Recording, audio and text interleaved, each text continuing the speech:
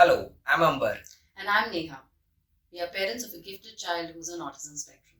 Through our YouTube channel, we want to help parents with children on the autism spectrum learn more about autism, avoid all of the myths that are there around autism, as well as provide tips and strategies that can slightly ease the parenting journey for you. All our content is well researched, but please remember that every child is unique and there is no way that this video replaces any kind of professional medical advice or intervention. If you find this video helpful, please like it, subscribe to our channel, and further share it with parents you know whose child may be on the spectrum. Remember, you are not alone in this journey, and together we can create a brighter future for our children. So today's topic is going to be an important one. We are going to address what to do after you find out that your child is on the autism spectrum. First of all, it's a very, very difficult feeling because everybody is not so aware of the term autism itself. So if you've never heard of it, it's very difficult to figure out what's happening to your child. So once somebody points out or you are able to figure out there is something wrong, you take them to the doctor. Now, when your child receives their autism diagnosis, you have a lot of different kinds of emotions you're going through.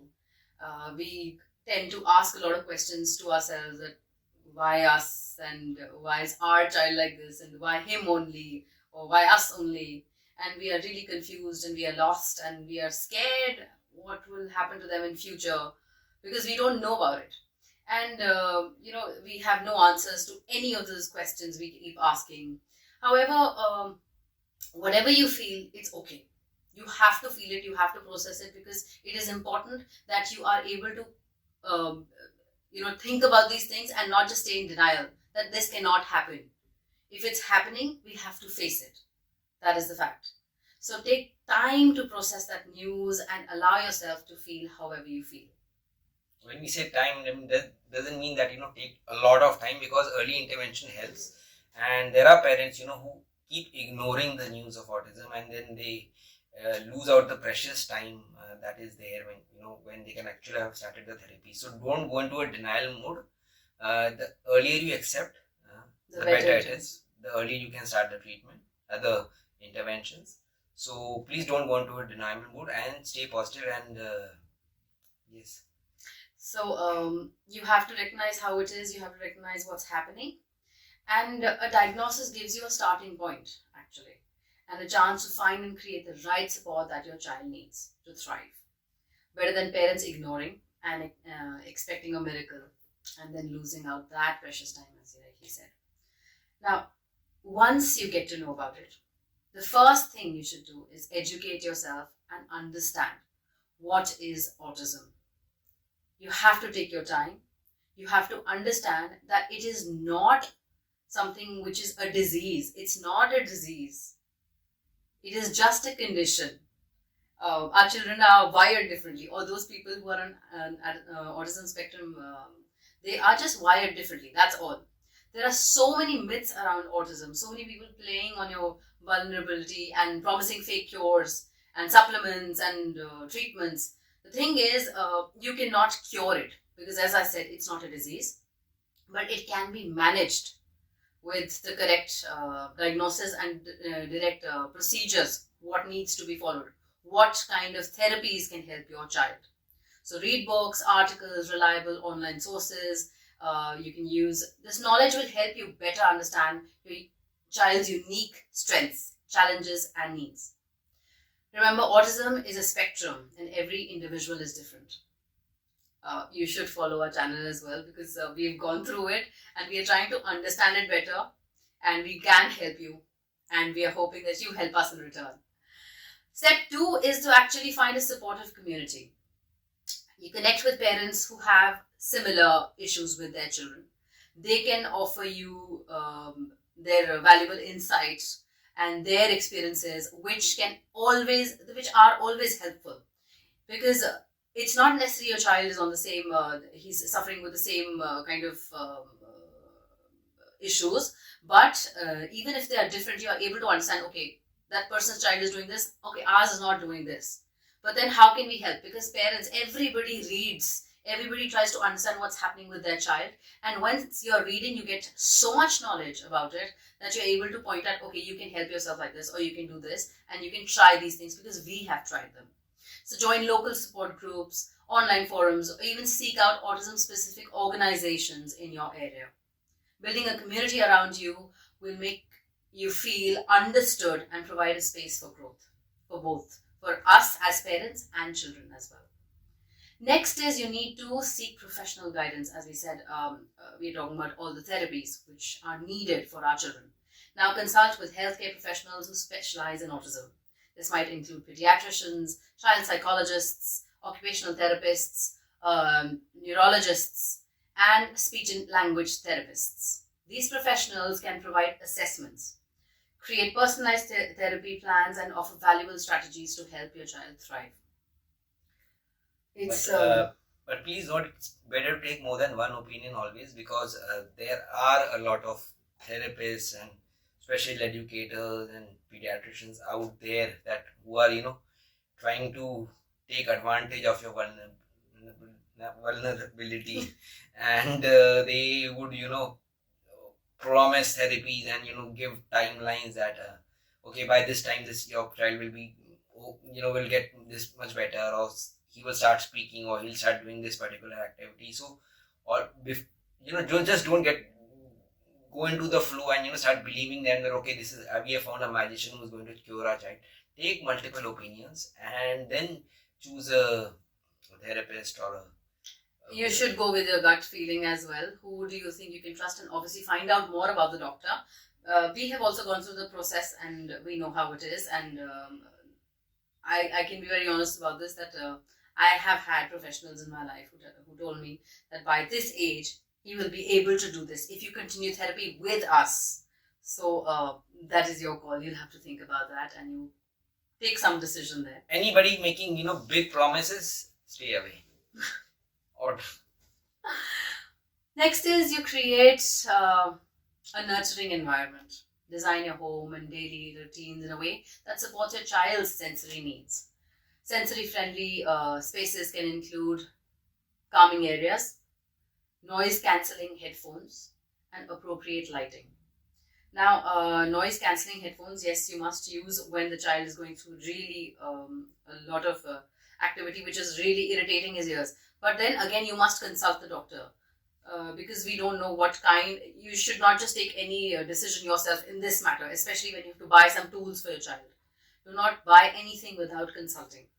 Ask your pediatrician, ask your neurologist, ask your psychologist if it's needed. I think all these different areas need to be covered when you decide to do something for your child.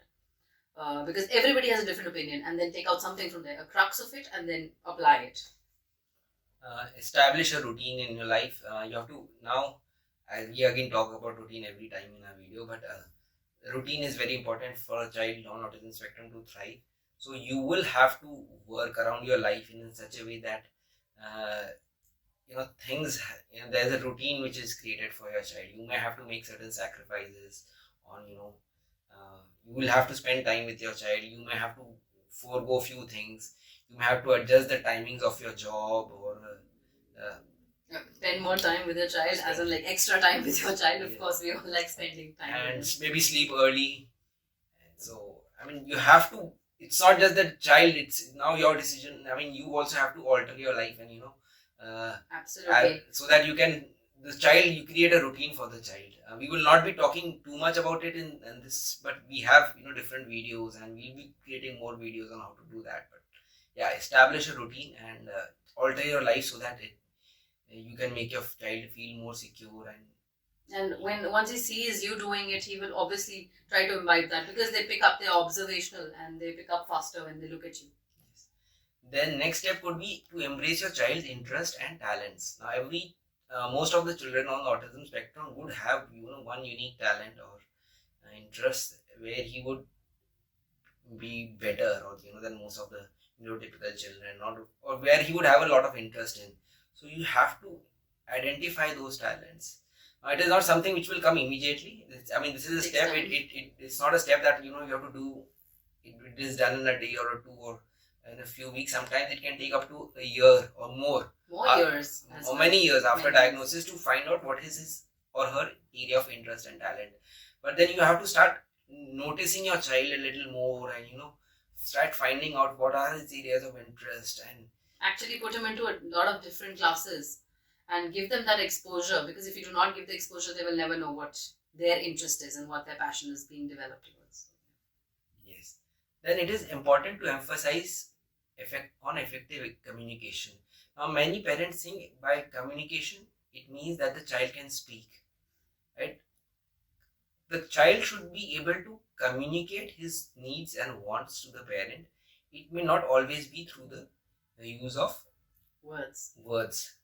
It could be other ways also through which the child is able to express himself or herself.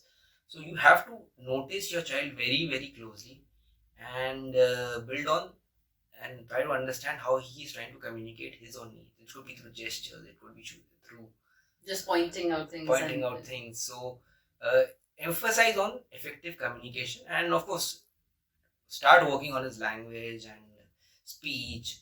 Use a lot of visual aids, social stories to help build its communication. So focus on communication. Then the next step is centered around self-care. We have created a separate video on self-care as well. It is very, very important for you and I will be putting the link in the description.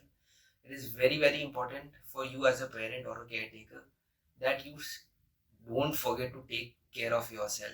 Unless, if many parents feel guilty that they are taking care of themselves and not prioritizing their child. That is wrong. Until and unless you take care of yourself, you will not be able to take care of your child at all. So prioritize on self-care. Seek out support from families and friends, and even therapists who can help you navigate any emotional or physical stress that you may experience. When our child was diagnosed with autism, we immediately built a network of friends and a family who was supporting us. So we could find out our time for ourselves, because the child was being looked after by the grandparents or maybe friends at certain times. So create that network and don't forget to take out time for self-care. Then next is financial planning. Please remember that raising a child on the spectrum can be a very, very costly affair, because therapies and even schools demand, they are pretty costly. So as soon as you find out your child has autism, you should start working on financial planning. You can start planning your finances and start making long-term investments. And if you are not too much into finance, then again seek guidance. Consult speak to financial consultants to help you plan your finances. But you have to start working on it, because you sometimes you never know whether your child would be for how long your child would be financial support from you. It could be lifetime as well. So you have to prepare yourself for the best.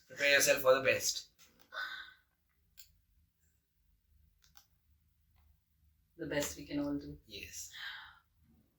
Alright. Now remember, every journey is unique, and it's important to celebrate your child's progress, no matter how small, because every small step is a big step in itself for them.